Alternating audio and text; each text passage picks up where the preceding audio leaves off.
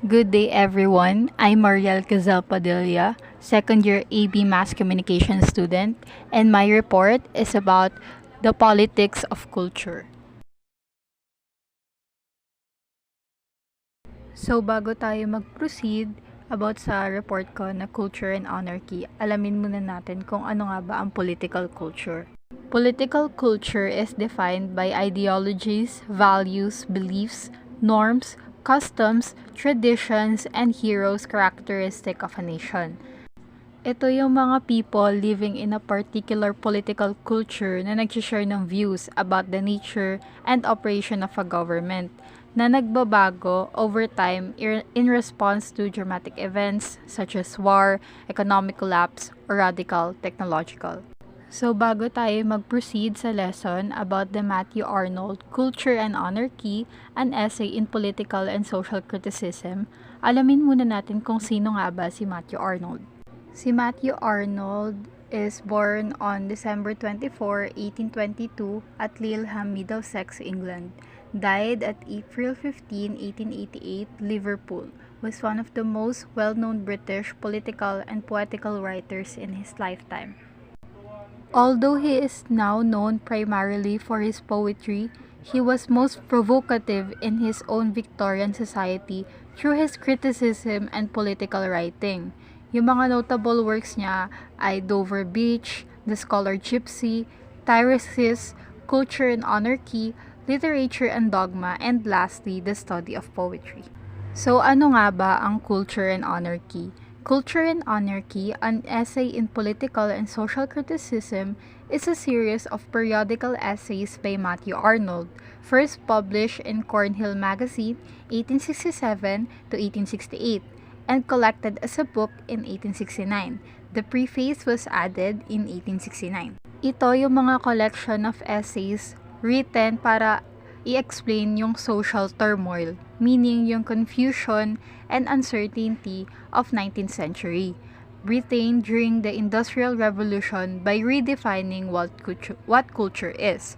Arnold defined culture as an ideal that society must strive for collectively.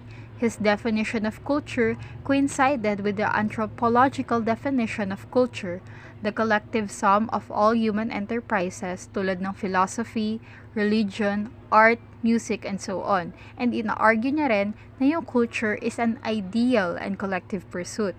Meaning na yung culture requires equal parts of practicality and novelty and must be cultivated by people driven to live in a socially and morally altruistic way. In Culture and Anarchy, Arnold divides society into three classes: barbarians, Philistine, and populace. Barbarians, the landed aristocracy. Yung barbarians ay meron daw lofty spirit, serenity, and distinguished manners, and their inaccessibility to ideas.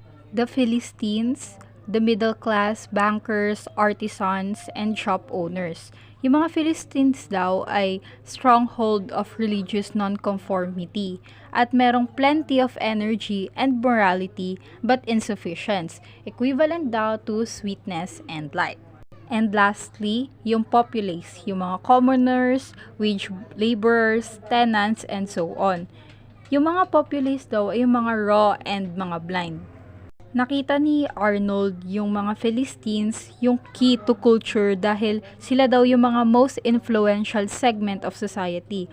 Yung strength nila was the nation's strengths, kaya kailangan daw silang i-educate and humanize. And naniniwala si Arnold na yung tatlong classes were guilty of myopic, meaning nearsighted subjectivity, and therefore collectively responsible for the anarchy unfolding in Britain during the Industrial Revolution. Hinighlight niya na yung self-interest or every man doing as he likes ay maglilid daw sa mga tao to impose their self-interest on others and magdudulot daw to ng conflict sa class at pagtumagal sa anarchy din.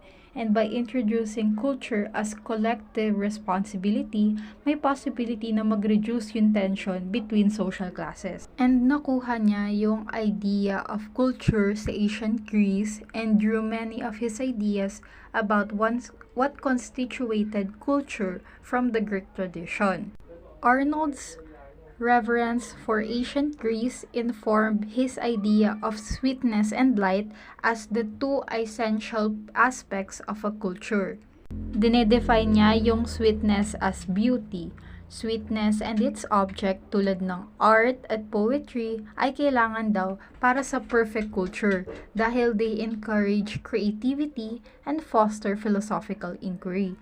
Habang yung light as intelligence ay tulad ng education, disinterested scientific inquiry, facilitate military security, practical scientific advancement, and economic stability.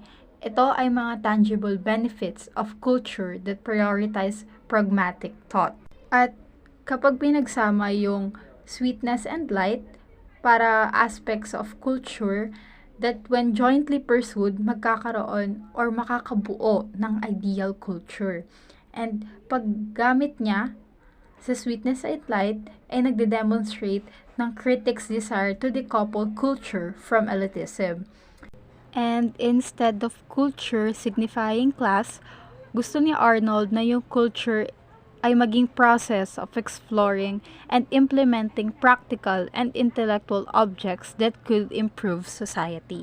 And to him, culture is a study in perfection, in making things better than they are, moved by the moral and social passion for doing good. He notes that religion suggests that the kingdom of God is within you, so culture places perfection in an internal condition.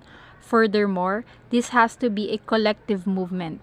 Yung system na criticize ni Arnold ay naniniwala siya na yung man values himself on how much of a commercial success he could be rather than who he is. So in conclusion, Matthew Arnold, Culture and Anarchy, an essay in political and social criticism, ay nagpapakita ng sincerity for living with the standards of morality and humanity. And he has put more stress in peaceful living by discarding all types of hurry and worry. And yung totoong kasiyahan daw comes out of the inner perfection, and the external ay makakagain lamang ng comfort and luxury. At naniniwala siya na without the part of morality and humanity, such peaceful and harmonious living will be impossible. That's all for my report about Matthew Arnold, Culture and Anarchy, an essay in political and social criticism. Again, I'm Mariel Crizel Padilla, second year AB Mass Communication. Thank you!